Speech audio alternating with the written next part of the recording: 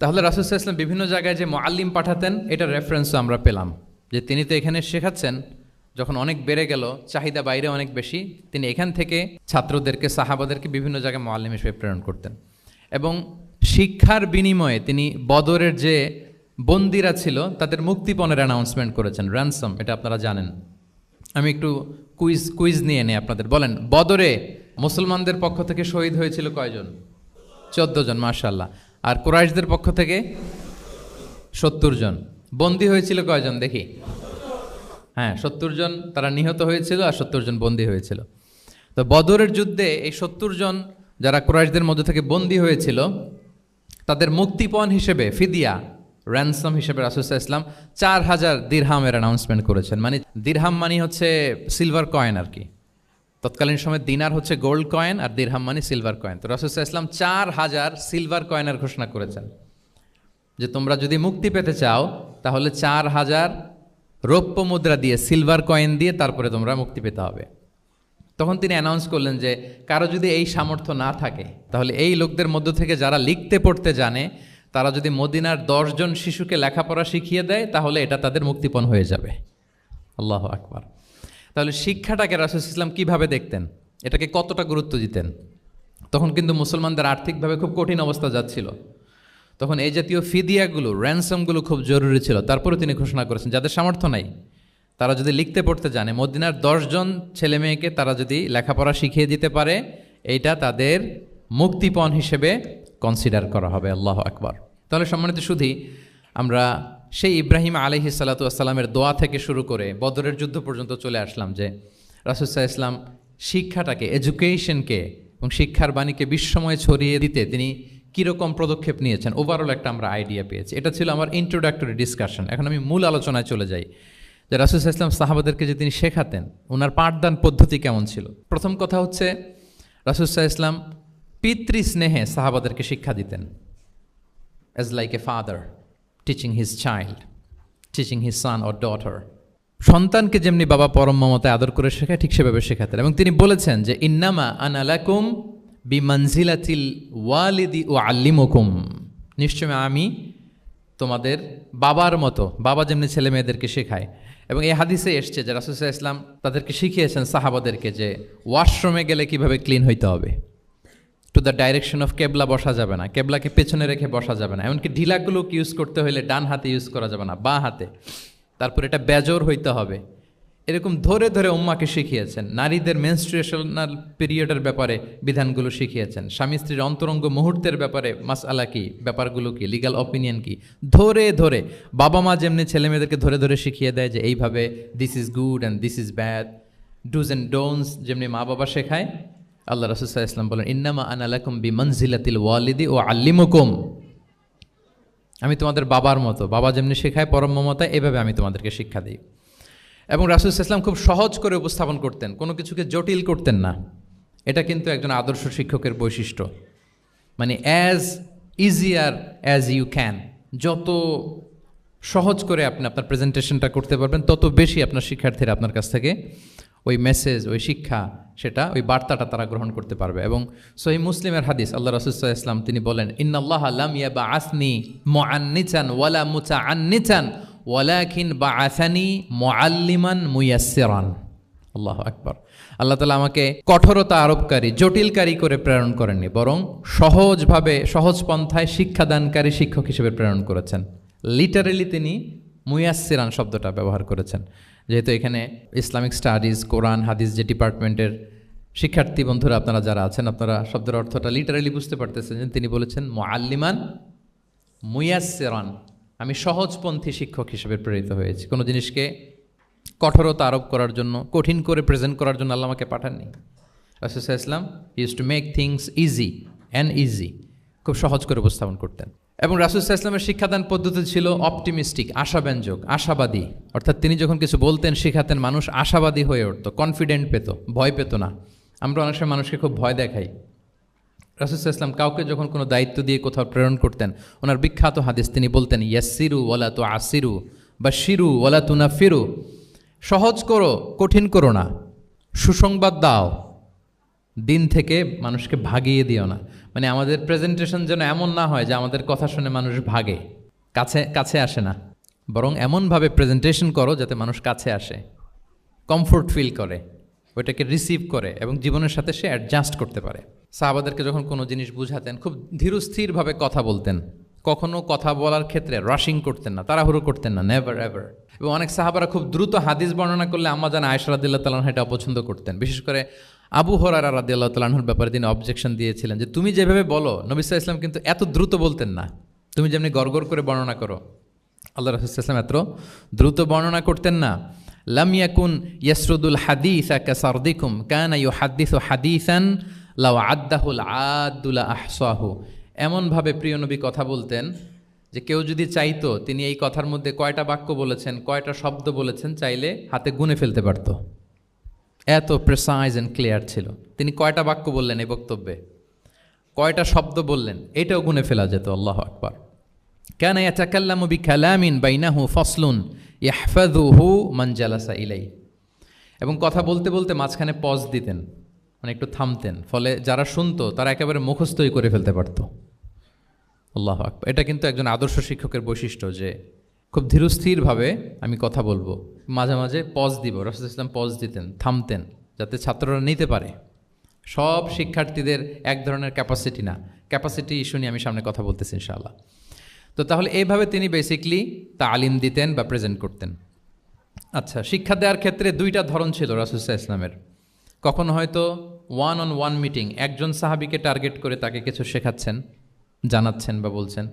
আবার কখনো একজন না, একাধিক সাহাবী বা অনেক সাহাবীদেরকে, অনেক মানুষকে তিনি অ্যাড্রেস করছেন। তাহলে এই দুইভাবে তিনি অ্যাড্রেস করতেন। এক নম্বর হচ্ছে প্রাইভেট লার্নিং সেশন, আর একটা হচ্ছে পাবলিক লার্নিং সেশন। দুইটাই রাসূল সাল্লাল্লাহু আলাইহি ওয়াসাল্লামের সিরা যদি আপনি স্ক্যানিং করেন আপনি পাবেন। প্রাইভেটলি এরকম অনেক হাদিস পাওয়া যায় যে হাদিসগুলোতে দেখা যায় যে রাসূল সাল্লাল্লাহু আলাইহি ওয়াসাল্লাম ওয়ান অন ওয়ান মিটিং করেছেন, শুধু একজনকে কিছু শেখাচ্ছে। এটা স্পেশালি হতো যখন তিনি কারোর সাথে রাইড শেয়ার করতেন। রাইড অর্থাৎ তিনি ওটে ছিলেন, ওটের পেছনে আরেকজন সাহাবী বসা, তিনি গাধার উপরে বসা, পেছনে আরেক সাহাবী বসা, তিনি খচ্চরের উপর বসা, আরেক সাহাবী বসা। যখন তিনি রাইড শেয়ার করতেন, এরকম ভুরি ভুরি হাদিস আপনারা পাবেন যে মুআয ইবনে জাবাল বলতেছে যে কুনতু রদিফা রাসূলিল্লাহ, কুনতু খালফা রাসূলিল্লাহ, আমি একবার ওটের পেছনে বসা ছিলাম। আব্দুল ইবনে আব্বাস বলতেছেন আমি ওটের পেছনে বসা ছিলাম। ফদল ইবনে আব্বাস বলতেছেন আমি একবার একটা খচ্চরের পেছনে বসা ছিলাম। When he was sharing his riding যখন শেয়ার করতেন, ওই মুহূর্তগুলো তেমন চমৎকার চমৎকার কিছু বার্তা রাসূল সাল্লাল্লাহু আলাইহি ওয়াসাল্লাম ওই সাহাবীদেরকে দিয়েছেন, যেগুলো আমরা হাদিস গ্রন্থগুলোতে পড়ে অবাক হয়ে যাই। এরকম একটা ছোট্ট হাদিস যদি শেয়ার করি, আব্দুল্লাহ ইবনে আব্বাস রাদিয়াল্লাহু তাআলা আনহু উনি বলেন কুনতু খালফা রাসূলিল্লাহি সাল্লাল্লাহু আলাইহি ওয়াসাল্লাম ইয়াওমান। একদিন আমি, এই যে দেখেন বর্ণনা ভঙ্গি কেমন, একদিন আমি রাসূল সাল্লাল্লাহু আলাইহি ওয়াসাল্লামের পেছনে বসা, মানে কোনো একটা ওটের উপর বা গাধার উপরে বসা। ফাকালা, তিনি বললেন ইয়া গুলাম, হে কিশোর। রাসূল সাল্লাল্লাহু আলাইহি ওয়াসাল্লামের শব্দ চয়নগুলো অসাধারণ। আমরা অনেক হাদিস আজকে শেয়ার করার চেষ্টা করব, আপনি বাক্য চয়ন, শব্দ চয়ন শুনলে অবাক হবেন। ইয়া গুলাম, হে কিশোর, ইন্নী ও আল্লিমুকা কালিমাতিন, আমি তোমাকে চমৎকার কিছু কথা শিখিয়ে দিচ্ছি, শোনো। তখন কিন্তু কেউ নাই। এই হাদিস উনি বর্ণনা না করলে আমরা জানতে পারতাম না, কারণ ওনারা এক ওটের উপরে বা ঘোড়ার উপরে ছিলেন। পরে যখন আব্দুল ইবনে আব্বাস এটা ন্যারেট করলেন তখন আমরা জানতে পেরেছি।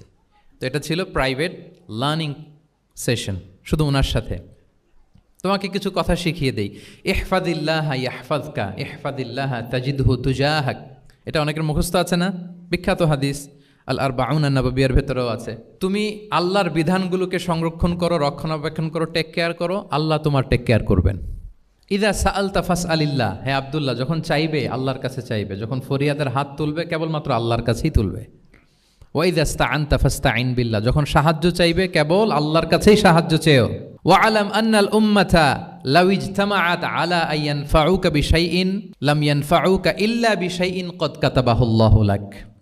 গোটা বিশ্বের সবাই মিলে যদি তোমার কোনো উপকার করতে চায় তাহলে ততটুকুই করতে পারবে যতটুকু আল্লাহ তোমার ভাগ্যে রেখেছে। আল্লাহ যতটুকু উপকার তোমার ভাগ্যে রেখেছে অতটুকুই হবে। ওয়া ইন ইজতামাউ আলা আন ইয়াদুররুকা বিশাইইন লাম ইয়াদুররুকা ইল্লা বিশাইইন ক্বাদ কাতাবাহুল্লাহু আলাইক।